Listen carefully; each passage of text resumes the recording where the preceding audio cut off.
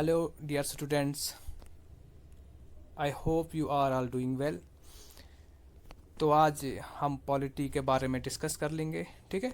Polity, चूँकि SSB की preparation कर रहे हैं हम, तो पॉलिटी का जो मेन कंपोनेंट होता है framing of Indian constitution, SSB के हर एक सिलेबस में ये होता है, ठीक है। तो हम स्टार्ट कर लेंगे framing of Indian constitution, basics of, ठीक है। यहाँ से आपकी पॉलिटी के बेसिक्स स्टार्ट होते हैं। फ्रेमिंग ऑफ इंडियन कॉन्स्टिट्यूशन यानी कि आप यहाँ ये मानो कि यहाँ से ही इंडियन पॉलिटी स्टार्ट होती है। तो कुछ डेवलपमेंट्स है, एक्ट्स बने, वो हमने यहाँ पे डिस्कस नहीं करने, ठीक है। अगर सिलेबस में वो था तो ऐड कर लेंगे, या हिस्ट्री में भी आप उसको पढ़ोगे।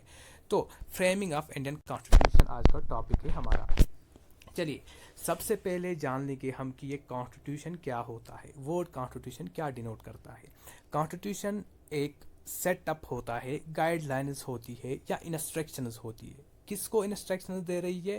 कॉन्स्टिट्यूशन, ठीक है। एक मतलब एक लॉ होता है, ये एक मतलब फ्रेमवर्क होता है जिस हिसाब से under which the government govern, हर एक कंट्री की गवर्नमेंट जो होती है वो कॉन्स्टिट्यूशन के अंडर ही गवर्न करती है। यहाँ कॉन्स्टिट्यूशन यहाँ पे सुप्रीम होता है और यहाँ से ही गवर्नमेंट अपने जो मतलब एक्टिविटीज़ है वो यहाँ से ही करती है। फ्रेमिंग ऑफ इंडियन कॉन्स्टिट्यूशन देखो आप, ठीक है। तो कॉन्स्टिट्यूशन की बात अगर कर लेंगे हम, ये सेट ऑफ गाइडलाइंस होती है, इंस्ट्रक्शंस होती है। इंस्ट्रक्शन किसको होती है? गवर्नमेंट को, कि आप किस हिसाब से अपनी गवर्नमेंट चला सकते हो, आप किस हिसाब से अपनी गवर्नमेंट को रन कर सकते हो, ऑपरेट कर सकते हो। तो कॉन्स्टिट्यूशन मेन होता है हर एक गवर्नमेंट का।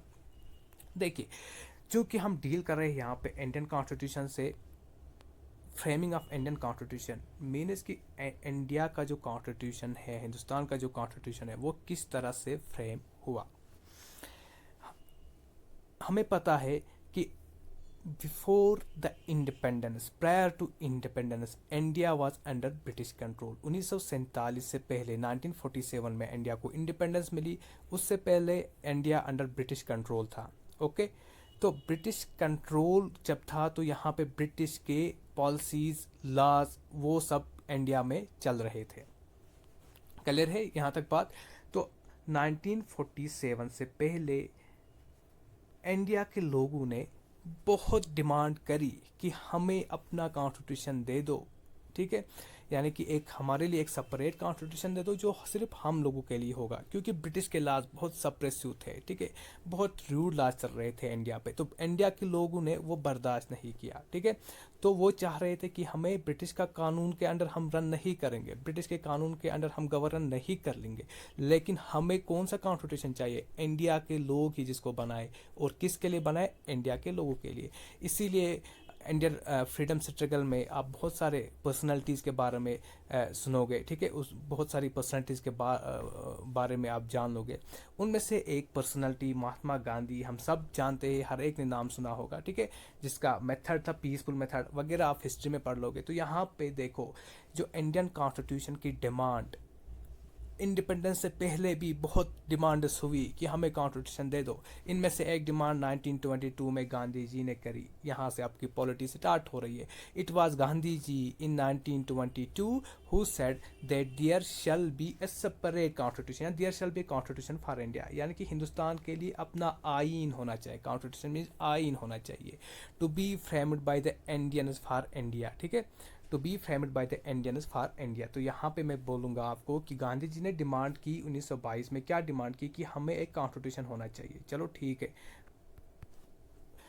मान लिया ये कॉन्स्टिट्यूशन चाहिए, लेकिन लेकिन इस कॉन्स्टिट्यूशन को कौन ड्राफ्ट करेगा, कौन फ्रेम करेगा? इंडिया के लिए लोग ही। To be framed by India for India, ठीक है। यहाँ पे to be framed by India for India, India के लोग ही बनाए। किसके लिए बनाएंगे? अपने लोगों के लिए, इंडियन के लिए ही ये कॉन्स्टिट्यूशन बनाएंगे। तो उन दिनों एक पॉलिटिकल पार्टी थी आईएनसी, इंडियन नेशनल कांग्रेस, जो कि 1885 में इस्टेब्लिश हुई, ठीक है। ये मेजर पॉलिटिकल पार्टी थी उन दिनों हिंदुस्तान में। तो इसने इस कंसेप्ट को रेटिफाई किया, ठीक है। किसने किया? इस कंसेप्ट को, गांधी जी के इस कंसेप्ट को, कि there shall be constitution for India to be framed by the Indians for India, इसको रेटिफाई किया आईएनसी ने। कब? 1938 में। और इस डिमांड को कब एक्सेप्ट किया ब्रिटिशर्स ने? 1940 में। देखिए 1922 में डिमांड किया, फिर 1940 में एक्सेप्टेंस मिली इसको। ऐसा क्यों हुआ आगे हम जान लेंगे। अब तक ब्रिटिशर्स ने क्यों नहीं माना, ऐसा क्या हुआ कि 1940 में ब्रिटिशर्स मजबूर हुए गांधी जी की डिमांड को मानने के लिए, जिसने बोला था कि हमें एक कॉन्स्टिट्यूशन चाहिए इंडिया के लिए, जो कि इंडिया के लोग ही बनाएंगे, इंडिया के लोगों के लिए। आई थिंक यहाँ तक आप सबको क्लियर हुआ होगा। चलिए फिर आगे। तो अब क्या हुआ, इस डिमांड को ब्रिटिशर्स ने एक्सेप्ट तो किया, लेकिन गांधी जी ने सिर्फ कंसेप्ट दिया था। क्या कंसेप्ट दिया था? कि हमने कॉन्स्टिट्यूशन चाहिए, एक अलग कॉन्स्टिट्यूशन चाहिए जो हिंदुस्तान के लोग बनाएंगे, हिंदुस्तान के लोगों के लिए। लेकिन कैसे बनाएंगे, ये गांधी जी ने नहीं बोला था कैसे बनाएंगे इस कॉन्स्टिट्यूशन को। तो इस देखो, फिर एक कंसेप्ट आया कॉन्स्टिट्यूएंट असेंबली का, यानी कि एक कंसेप्ट आया कॉन्स्टिट्यूएंट असेंबली का कि एक कॉन्स्टिट्यूएंट असेंबली हम बनाएंगे पहले, और उसी के मेंबर्स ही इस कॉन्स्टिट्यूशन को ड्राफ्ट करेंगे। हिंदुस्तान के कॉन्स्टिट्यूशन को वही मेंबर्स ड्राफ्ट करेंगे जो कॉन्स्टिट्यूएंट असेंबली के मेंबर्स होंगे। तो एक इंपॉर्टेंट कंसेप्ट यहाँ पे आया, किसने दिया इंपॉर्टेंट कंसेप्ट? 1934 एक पर्सनैलिटी याद रखिएगा, एम.एन. रॉय। हमेशा पूछा जाता है who gave the concept of constituent assembly. M.N.. Roy ने 1934 में कंसेप्ट दिया कॉन्स्टिट्यूएंट असेंबली का।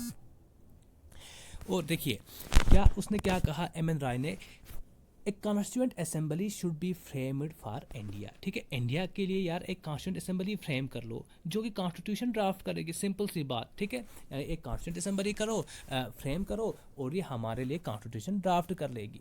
एम.एन. राय ने ये कंसेप्ट 1934 में दिया। तो उसके बाद ब्रिटिशर्स ने एक्सेप्ट किया। मैंने ऊपर बोला 1940 में एक्सेप्ट किया। क्यों एक्सेप्ट किया? क्योंकि हम सब जानते हैं 1939 में वर्ल्ड वार सेकेंड चल रही थी। ठीक है, स्टार्ट हुई 1939 में।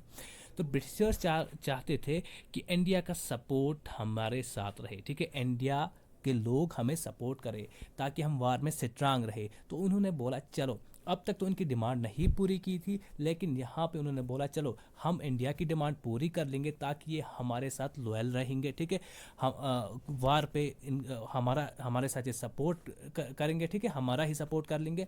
तो ब्रिटिशर्स ने इनकी ये डिमांड एक्सेप्ट की कि हम इनको कॉन्स्टिट्यूशन देंगे, और जो एम.एन. राय ने बोला था कि कॉन्स्टिट्यूंट असेंबली पहले फ्रेम करो जो कि हमारे लिए कॉन्स्टिट्यूशन बनाएगी। तो इसी को एक्सेप्ट करते हुए कैबिनेट मिशन प्लान को भेजा गया इंडिया में। ठीक है, ब्रिटिशर्स ने कैबिनेट मिशन प्लान को भेजा, और इस कैबिनेट मिशन प्लान के तहत as per the cabinet mission plan क्या हुआ, सेपरेट कॉन्स्टिट्यूएंट असेंबली, या सीधा आप ऐसे बोल सकते हो, एज पर cabinet mission plan constituent assembly was framed for India. Constituent assembly India के लिए फ्रेम किया गया, और इसके मेंबर्स 389 थे, 389 मेंबर्स। ठीक है, इन 389 मेंबर्स में से 296 इलेक्ट किए हमने, और 93 नॉमिनेट किए गए। क्योंकि हम जानते हैं कुछ स्टेट्स इंडिया के कुछ स्टेट्स प्रिंसली स्टेट्स थी, वहाँ पे जो उनका हेड होता था प्रिंस होता था। ठीक है, तो प्रिंस ने अपने मेंबर्स को नॉमिनेट किया कि ये भाई ये बंदा हमारा जो है, हम इसको नॉमिनेट करते हैं, ये कॉन्स्टिट्यूएंट असेंबली में जाएगा, बैठेगा। ठीक है, और कॉन्स्टिट्यूशन ड्राफ्टिंग में हिस्सा लेगा। तो 296 को इलेक्ट किया और 93 को नॉमिनेट किया गया। क्योंकि हम जानते हैं उन दिनों कुछ प्रिंसली स्टेट थे। ठीक है, तो उन प्रिंसली स्टेट्स में से 93 ने अपने जो मतलब कॉन्स्टिट्यूंट असेंबली में मेंबर्स भेजे, यानी कि इंडिया के जो प्रिंसेस थे उन्होंने नॉमिनेट किया कि भाई हमारी स्टेट से ये बंदा कॉन्स्टिट्यूंट असेंबली में बैठेगा। ठीक है, नॉमिनेट किया, और इन 296 को हमने इलेक्ट किया था, 93 को नॉमिनेट किया। नॉमिनेट किसने किया? इंडियन प्रिंसेस ने। लेकिन यहाँ पे एक इम्पॉर्टेंट पॉइंट है कि number of members reduced to 299। पहले कितने थे? 389। ठीक है, 296 इलेक्टेड एंड 93 नॉमिनेटेड, लेकिन ये नंबर रिड्यूस हुआ और ये नंबर 299 तक रिड्यूस हुआ। क्यों हुआ ऐसा, वो आगे जान लोगे आप। इन 299 में से 229 इलेक्टेड थे और 70 नॉमिनेट थे। नॉमिनेट किसने किया? फिर से नॉमिनेटेड बाय इंडियन प्रिंसेस, यही मेंबर्स रह गए। लेकिन ऐसा क्यों नंबर रिड्यूस क्यों हुआ? क्योंकि हम जानते हैं 14 अगस्त, और ये कब हुआ? 14 अगस्त को। ठीक है, जब 14 अगस्त 1947 पाकिस्तान को इंडिपेंडेंस मिली थी। ठीक है, तो उनके लिए एक separate, because on 14 August 1947 separate constituent assembly was framed for Pakistan, Pakistan के लिए सेपरेट कॉन्स्टिट्यूंट असेंबली को फ्रेम किया गया। तो उससे इंडिया की जो कॉन्स्टिट्यूंट असेंबली थे, क्योंकि पहले हम जानते हैं India and Pakistan was a single unit, ठीक है, तब तक एक ही मुल्क था। लेकिन पार्टीशन हुआ 1947 में 14 अगस्त को, तो तब जाके इंडिया की कॉन्स्टिट्यूंट असेंबली में कितने मेंबर्स रह गए, 299। याद रखिएगा ये, और ये नंबर भी मत भूलिएगा। 29 इलेक्टेड थे और 70 नॉमिनेटेड थे। चलो फिर आगे। अब कॉन्स्टिट्यूएंट असेंबली मिली इंडिया को, कॉन्स्टिट्यूएंट असेंबली मिली, बन गई इंडिया की कॉन्स्टिट्यूएंट असेंबली, फ्रेम हुई। तो अब क्या होती, जब भी कोई बॉडी फ्रेम होती है तो ऑब्वियसली बात है कि वो मीटिंग करते हैं, फर्स्ट मीटिंग। तो मीटिंग में क्या डिसाइड होता है कि भाई हम अपना प्रेसिडेंट किसको रखेंगे या चेयरमैन किसको रखेंगे। ऐसा ही कुछ कॉन्स्टिट्यूएंट असेंबली के साथ भी हो रहा है। देखिए क्या हुआ, first meeting constituent assembly met for the first time. कब इनकी फर्स्ट मीटिंग हुई, 9 दिसंबर 1946। 9 दिसंबर 1946 को कॉन्स्टिट्यूएंट असेंबली पहली दफ़ा मिल रही है, पहली बार मिल रही है। और इन्होंने क्या किया, डॉक्टर सचिनिंदा सिन्हा को अपॉइंट किया। डॉक्टर सचिनिंदा सिन्हा इसको अपॉइंट किया सीनियर मोस्ट मेंबर, क्योंकि देखो इसको अपॉइंट क्या किया था, as an interim chairman. Interim होता है टेम्पररी, परमानेंट नहीं, टेम्पररी चेयरमैन था ये, या प्रेसिडेंट था कॉन्स्टिट्यूंट असेंबली का, ठीक है। कौन, डॉक्टर सचिनिंदा सिन्हा। ऐसा क्यों, इसी को क्यों अपॉइंट किया गया चेयरमैन, इंटीरियम चेयरमैन या प्रेसिडेंट। बाकी 329 तब तक 389 थे, उनमें से किसी और मेंबर को क्यों नहीं अपॉइंट किया गया एज ए चेयरमैन, क्योंकि doctor Sachchidananda Sinha was the senior most member of the constituent assembly. और ये मतलब सीनियर मोस्ट को ही क्यों अपॉइंट किया गया, क्योंकि फ्रेंच कन्वेंशन को फॉलो करते हुए, ठीक है। ऑन 11 दिसंबर 1946। अब देखो यहाँ पे आप याद रखोगे, दो दिन के बाद यहाँ पे कॉन्स्टिट्यूएंट असेंबली में कुछ ना कुछ डेवलपमेंट्स हो रही है। पहली 9 दिसंबर के बाद आप देखोगे 2 दिन ऐड करोगे 11 दिसंबर, उसके बाद 2 दिन करोगे 13 दिसंबर, ठीक है, ऐसे ही होगा नीचे तक। On 11 December 1946 doctor Rajendra Prasad was elected. याद रखिएगा, डॉक्टर सचिनिंदा सिन्हा को अपॉइंट किया गया था, लेकिन राजेंद्र प्रसाद को इलेक्ट किया गया। क्या इलेक्ट किया गया, permanent president of constituent assembly. इसको बनाया गया कॉन्स्टिट्यूएंट असेंबली का परमानेंट प्रेसिडेंट। डॉक्टर सचिनिंदा था इंटीरियम चेयरमैन या प्रेसिडेंट, और वो अपॉइंटेड था, ये इलेक्टेड था, ठीक है। उसके बाद एस.सी. मुखर्जी को वाइस प्रेसिडेंट बनाया गया कॉन्स्टिट्यूएंट असेंबली का, और बी.एन. राव को लीगल एडवाइज़र बनाया गया कॉन्स्टिट्यूएंट असेंबली का। आई थिंक यहाँ तक क्लियर होगा, ठीक है। यहाँ तक उतना समझाने की ज़रूरत नहीं थी, जो मेन पॉइंट्स है वो मैंने आपको बोल दिए हैं। तो नीचे देखो, फिर मैंने आपको बोला 2 दिन के बाद होगा, डेवलपमेंट्स होती है 2 दिन के बाद। 11 दिसंबर के बाद खुद याद रहेगा आपको 13 दिसंबर आएगा 1946, इम्पॉर्टेंट 13 दिसंबर 1946। पंडित जवाहरलाल नेहरू ने इंट्रोड्यूस किया एक रेजोल्यूशन।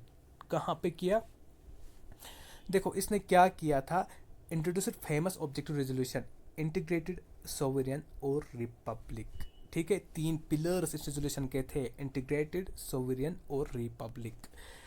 इस सॉरी प्लीज एक सेकंड, हाँ चलिए। इस रेजोल्यूशन को पास किया कॉन्स्टिट्यूएंट असेंबली ने, कब किया, 22 जैन 1947 में। हालांकि कब किया था, 13 दिसंबर 1946 में किया था इंट्रोड्यूस, लेकिन जो आपकी कॉन्स्टिट्यूएंट असेंबली थी उन्होंने 22 जैन 1947 को इस रेजोल्यूशन को पास किया। अब देखो इंडिया का प्रेम्बल, अगर अब भी देखोगे आप, उसमें हमें ये आइडिया रिफ्लेक्ट होता है, ठीक है। इंटीग्रेटेड, सोवरेन एंड रिपब्लिक, यानी कि इंडिया एक इंटीग्रेटेड कंट्री है, सोवरेन है। सोवरेन का मतलब होता है कि किसी की भी इंटरफेरेंस यहाँ पे नहीं होगी पॉलिसी मैटर्स पे, इंडिया के ही गवर्नमेंट खुद ही, ठीक है, यानी कि सोवरेनिटी है इंडिया के ऊपर।